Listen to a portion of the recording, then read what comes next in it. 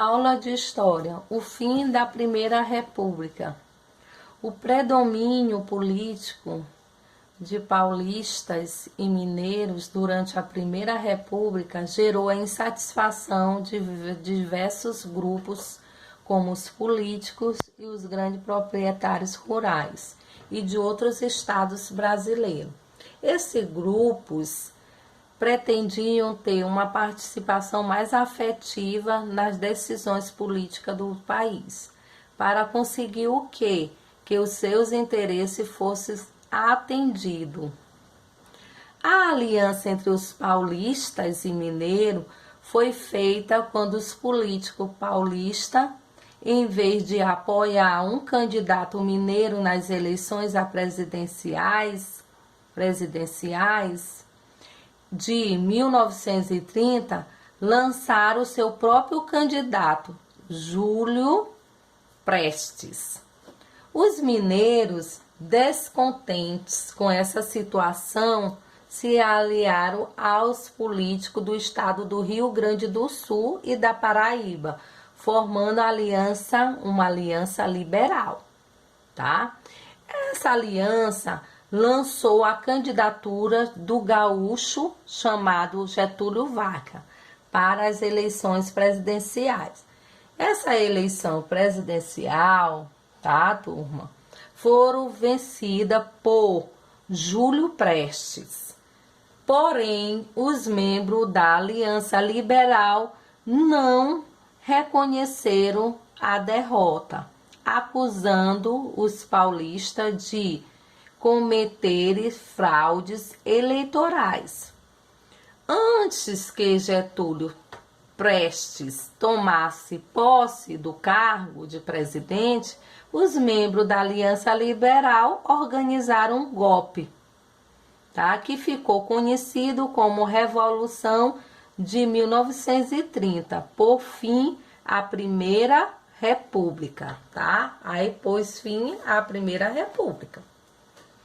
Então, aqui vocês estão observando Vargas cumprimenta a população a caminho do Rio de Janeiro para assumir o governo em novembro de 1930.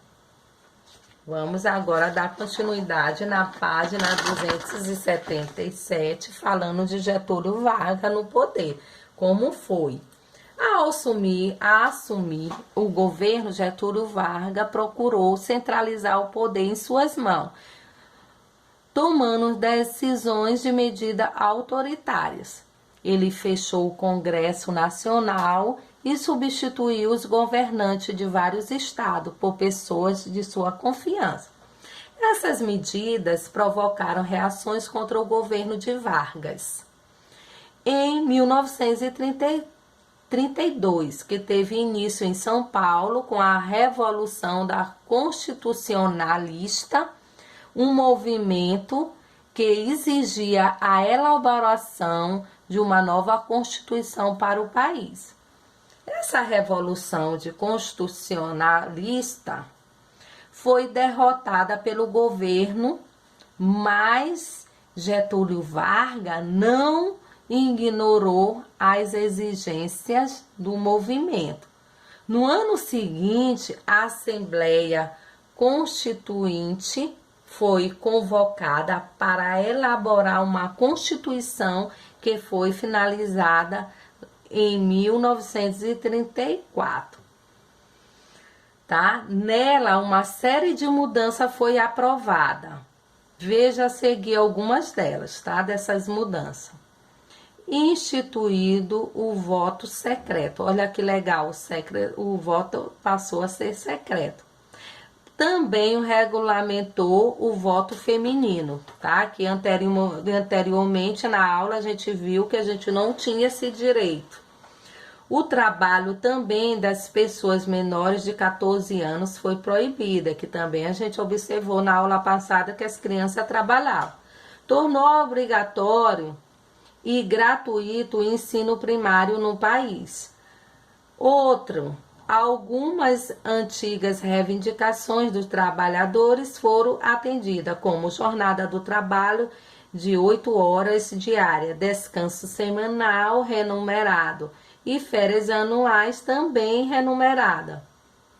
Então, turma, teve muita importância, não foi, essas novas medidas, porque foi regulamentar os direitos trabalhistas, tá, do povo. Além de elaborar uma nova Constituição, a Assembleia, tá? A Assembleia Constituinte foi responsável por escolher o presidente do país. Dessa maneira, Getúlio Vargas foi eleito pela Assembleia com mandato até 1938. Tá? Aqui tem um texto que depois vocês vão ler e responder essa página. Vamos dar continuidade falando das mulheres na política.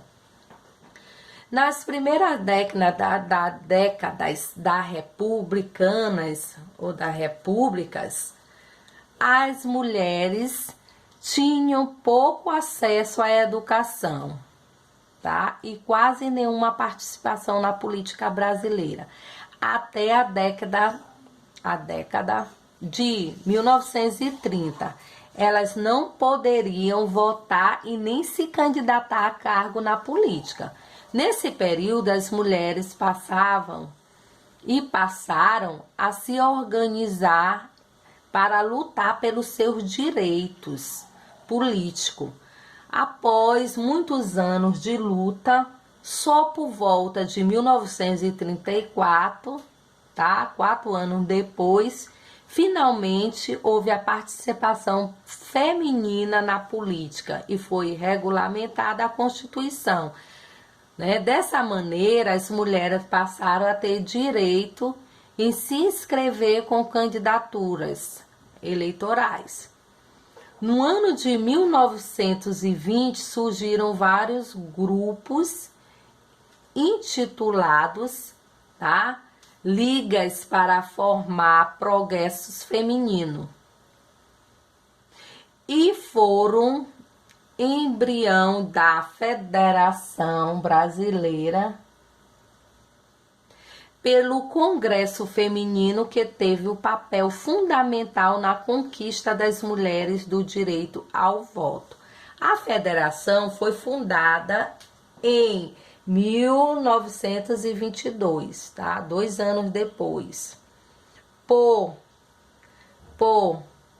Beta Maria Júlia, que liderou um movimento decisivo para a conquista do sufrágio feminino. Olha aqui a foto dela, em 1975. Já em 1933, a médica paulista Carlota Pereira de Queiroz foi a primeira mulher a ser eleita deputada federal. Olha que legal! Ela participou dos trabalhos da Assembleia Nacional em 1934 e 1935, tá? Beta, a líder na defesa dos direitos jurídicos da mulher, foi convidada pela deputada Carlota para trabalhar em conjunto na Constituinte. Em 1934, Carlota foi reeleita, que legal, na nova legislatura, tá, turma? Tomou posse a segunda deputada brasileira, Beta, tá? Então, vocês vão responder em casa a primeira pergunta aqui, a segunda e a terceira, tá? Que vai falar da participação feminina na política brasileira no século XX. Ao longo dos anos, a participação feminina na política se tornou cada vez maior. Atualmente, ela constitui a maior parte dos eleitores brasileiros, somos nós mulheres. Porém, o número de candidatas a cargo político ainda é menor que o número de candidatos, tá? Nas eleições municipais de 2016, por exemplo, a cerca de 30% de candidato era do sexo feminino, Mesmo que tem um grande espaço na política, né, mas ainda tem sido, tá, menos, tá? Muitas mulheres precisam ser, tá, feito para que elas tenham uma representação maior na política brasileira para defender os seus direitos. Aí lá na página 277, tá? 277, nós vamos ver na próxima aula, tá? Que nós vamos falar do Estado Novo. Até a próxima aula.